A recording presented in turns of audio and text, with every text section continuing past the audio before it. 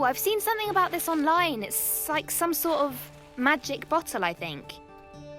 I am a bottle for sure. But magic? Perhaps.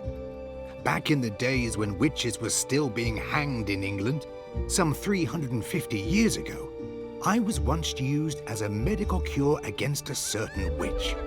If such people ever existed. But my story begins years before. It's 1665, and I was born in the German town of Hertfordshire. Bottles like me were traded across the globe.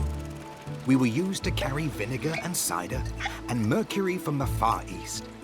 But I was shipped empty and had a very different fate. I was packed with dozens of others and taken to Cologne, where we sailed up the River Rhine to the port of Rotterdam. Here, I was placed in a ship's hull as ballast for the journey to the port of London.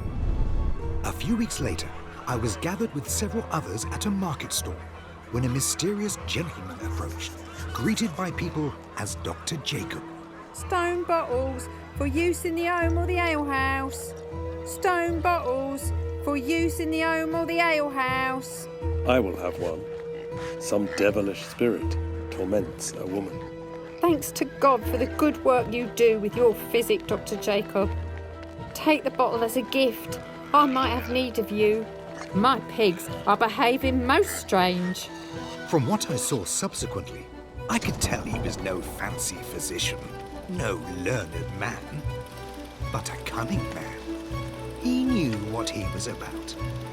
At the market, I had heard the stories of witches hanged in their dozens in years past, but the people were still fearful, and Jacob prospered. The woman is not well, but neither she nor her husband know what is wrong.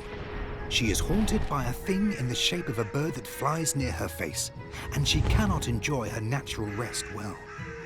They seek out the cunning man, who says it is a dead sprite. "I know the cure for what ails you," he claims. And so my life as a witch bottle begins, though no one calls me by such a name. The woman takes me and fills me with her urine. Then they put nails, pins, and needles inside me and stop me up with a cork. Then the torment begins. I'm put on the fire, and the sharp objects start to move and joggle my insides. The piercing pains I suffer will also be felt in the bladder or heart of the evil one. It is something only the English do with the likes of me. Oh, a belly full of mercury would be better than this.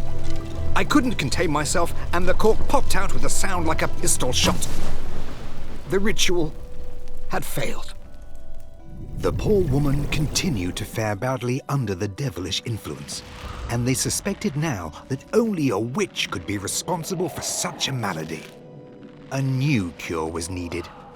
Jacob advised that I be filled once again with urine, needles, pins, and nails, but this time, thank goodness, I was only to be buried under the hearthstone to protect the woman from further harm. It was rumored shortly after that the witch died in her bed. I succeeded. My job was done. I could rest. And there I sat under the hearth for over 350 years. Generations passed without knowing I was there slumbering. The nails, pins, and needles rusting in my belly. Until I was brought into the light once more. Now I'm kept on the mantelpiece. The family say I belong to the house. I am its custodian, its guardian spirit and protector in difficult times. Here I will remain.